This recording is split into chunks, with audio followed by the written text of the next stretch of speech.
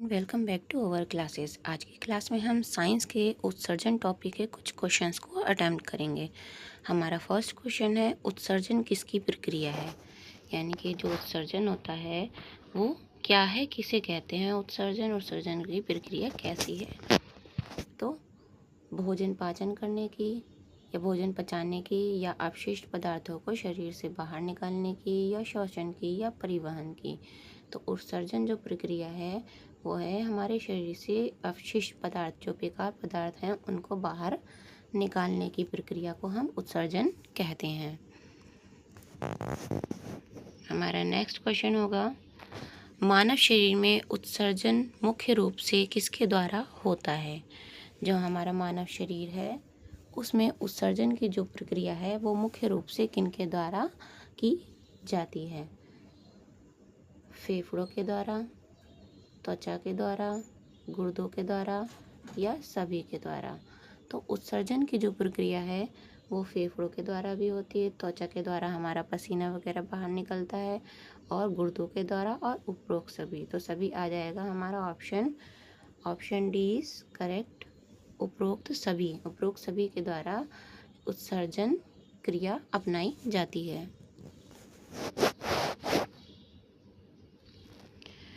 Next question है, मूत्र का निर्माण किसमें होता है? जो यूरिन है उसका निर्माण कहाँ पर होता है और किसके द्वारा होता है? मूत्राशय में, मूत्रवाहिनी में, या वृक्कों में, यानी कि वृक्क या गुर्दों में, या फिर मूत्र मार्ग में। तो जो मूत्र का निर्माण होता है ये वृक्कों में होता है, गुर्दे में होता है इसका निर्माण।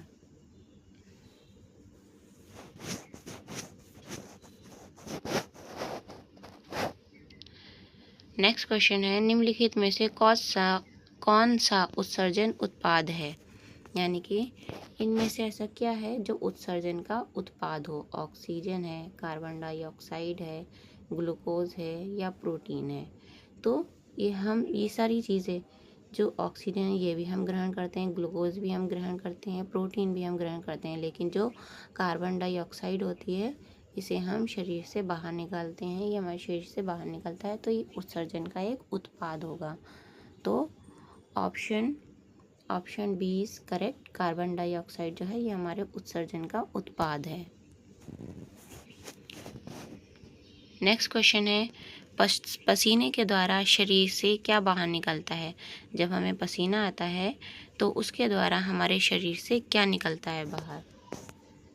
यूरिया निकलता है, नमक और पानी निकलता है, या यूरिक अम्ल निकलता है, या ये सभी निकलते हैं?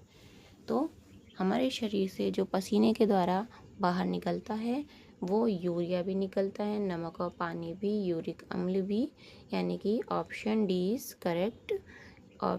करेक्ट। यानी कि उपरोक्त सभी, ये सभी हमारे शरीर से पसीने के द्वारा बाहर उत्सर्जित होते हैं।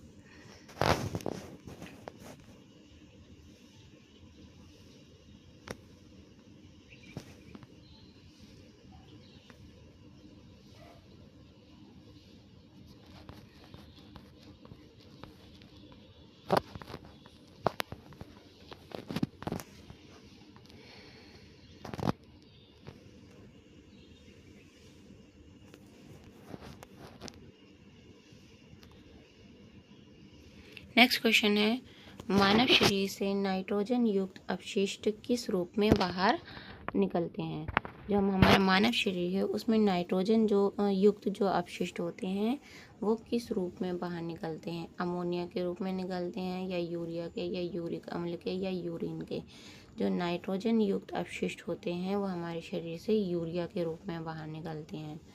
ठीक है, तो option B is correct, urea.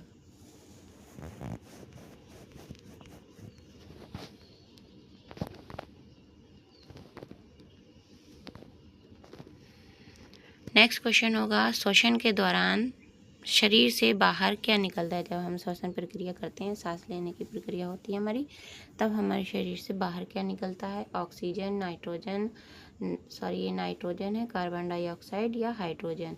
तो ये सभी को पता है, हम श्वसन के दौरान जो ग्रहण करते हैं वो ऑक्सीजन ग्रहण करते हैं, लेकिन जो बाहर निकालते हैं वो कार्बन डाइऑक्साइड। तो option C is correct, carbon dioxide हम श्वसन के द्वारा बाहर निकालते हैं।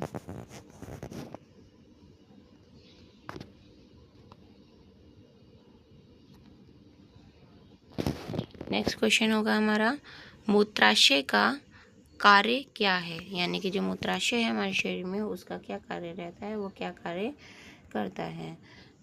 मूत्र का निर्माण करना, ये तो अभी आपने देखा, ये वृक्कों में होता है, ठीक है, तो ये तो होगा नहीं।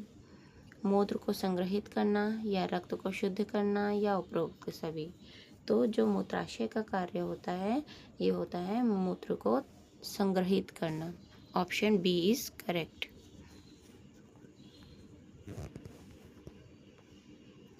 नेक्स्ट क्वेश्चन होगा, यूरिक अम्ल मुख्य रूप से किसमें पाया जाता है? जो यूरिक अम्ल है वो कहाँ पाया जाता है?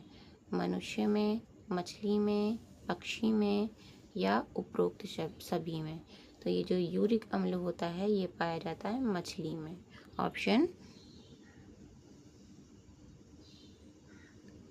मछली नहीं, ऑप्शन बी इज करेक्ट, पक्षी में पाया जाता है यूरिक अम्ल। जो ये यूरिक अम्ल है ये पाया जाता है पक्षी में। ऑप्शन बी इज करेक्ट, यानी कि ये ऑप्शन ऊपर नीचे हो गए मिसप्रिंट में, सॉरी। नेक्स्ट क्वेश्चन होगा हमारा, हेमोडायलिसिस। जो हेमोडायलिसिस है वो किससे संबंधित है? फेफड़ों से, गुर्दे से, यकृत से, या हृदय से? तो हेमोडायलिसिस जो है वो संबंधित है गुर्दों से, गुर्दे से संबंधित है। Option B is correct. Next question होगा, लिवर यानी कि यकृत का उत्सर्जन में क्या योगदान रहता है? यानी कि जो उत्सर्जन प्रक्रिया होती है उसमें यकृत किस प्रकार कार्य करता है? तो पित्तरस का निर्माण करने के लिए, पित्तरस बनाने के लिए, या यूरिया बनाने के लिए, या विषैले पदार्थों को निष्क्रिय करने में, या उपरोक्त सभी? तो जो ये लिवर है यानी कि यकृत है, ये उत्सर्जन में योगदान देता है पित्तरस को बनाकर, यूरिया बनाकर, विषैले पदार्थों को निष्क्रिय कर। तो ऑप्शन डी इज होगा हमारा correct. Option D is correct, उपरोक्त सभी, ये सभी कार्य हमारे लिवर के होते हैं। नेक्स्ट क्वेश्चन होगा, त्वचा पर किस रूप से अपशिष्ट बाहर निकलते हैं? यानी कि त्वचा जो है हमारी, उसके द्वारा जो ये अपशिष्ट पदार्थ होते हैं वो किस रूप में बाहर निकलते हैं? पसीने के रूप में, सीबम के रूप में, आंसू के रूप में, या उपरोक्त सभी?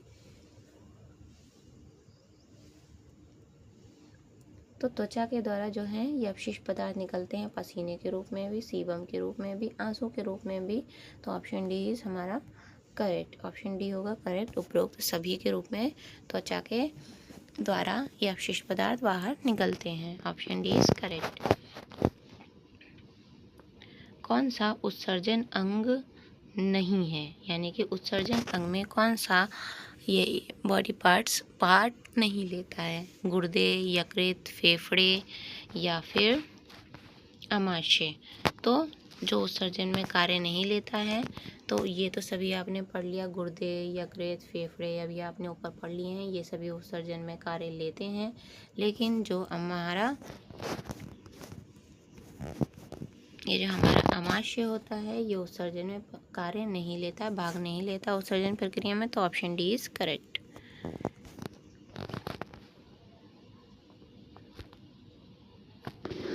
मूत्र में मुख्य रूप से क्या पाया जाता है?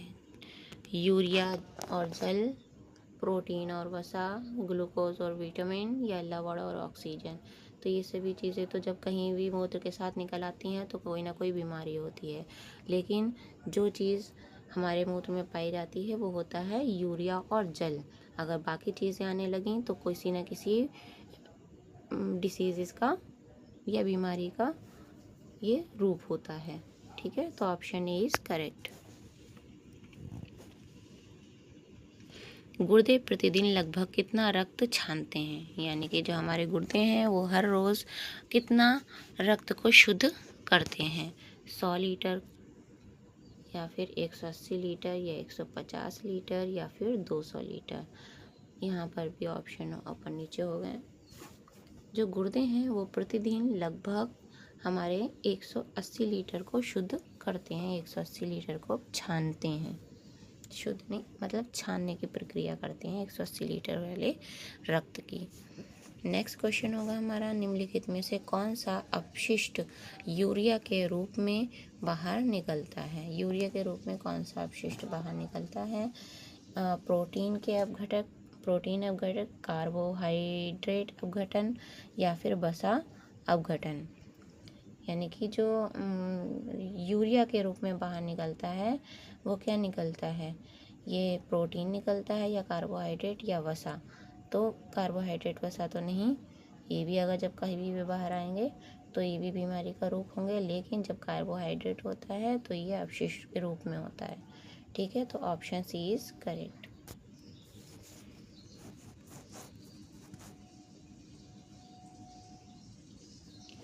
मल के रूप का, मल और मूत्र का निष्कासन शरीर से संबंधित है। यानी कि जो मल और मूत्र का है निष्कासन वो किस से संबंधित है? उत्सर्जन से, पाचन से, उत्सर्जन और उत्सर्ग से या फिर परिसंचरण से?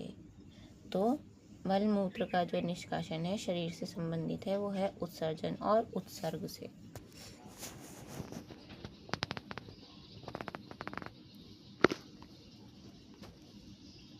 नेक्स्ट क्वेश्चन होगा, उत्सर्जन का महत्व क्या है?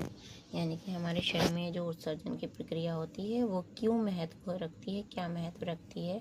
तो शरीर को ऊर्जा देने में, शरीर को हानिकारक अपशिष्टों से मुक्त करने में, भोजन को पचाने में या शरीर का तापमान बढ़ाने में। बढ़ाएगी नहीं, भोजन को पचाने में कोई काम नहीं रहता, शरीर को ऊर्जा देने में भी नहीं, लेकिन शरीर को हानिकारक पदार्थों से मुक्त करने में ये उत्सर्जन महत्वपूर्ण भूमिका निभाती है। अगर उत्सर्जन प्रक्रिया नहीं होगी तो हमारे शरीर में जो हानिकारक बेकार चीज़ें होंगी, अपशिष्ट पदार्थ होंगे, वो इकट्ठा हो जाएंगे। तो ऑप्शन बी इज करेक्ट। तो ये थे हमारे आज की क्लास के कुछ क्वेश्चंस। उम्मीद है आपको हमारी क्लास पसंद आई होगी। अगर आपको हमारी क्लास पसंद आई है तो please like and subscribe. Thank you.